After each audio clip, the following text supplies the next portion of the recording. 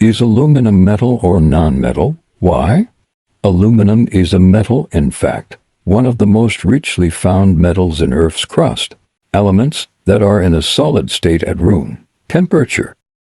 Good conductors of heat and electricity, and have a shiny appearance are metals. Apart from that, metals are always ductile, can be drawn into wires, and malleable, can be reshaped without breaking.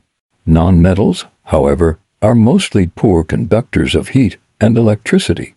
They are not ductile and malleable, and many of them are gases at room temperature.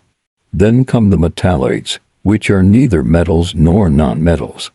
They possess some properties or metals, while others of non-metals. Aluminum is considered a metal because it is good at conducting heat and electricity. It has a silvery-white look, and like all the metallic elements, is in solid state. Aluminum is lightweight, resistant to corrosion, ductile, and extremely malleable. It can be shaped into thin wires and foil sheets that every household is familiar with. Pure aluminum is soft and flexible, but it gets hard when mixed with other elements. It is commonly used to make a large variety of products such as foils, utensils, frames, pots, and even airplane parts.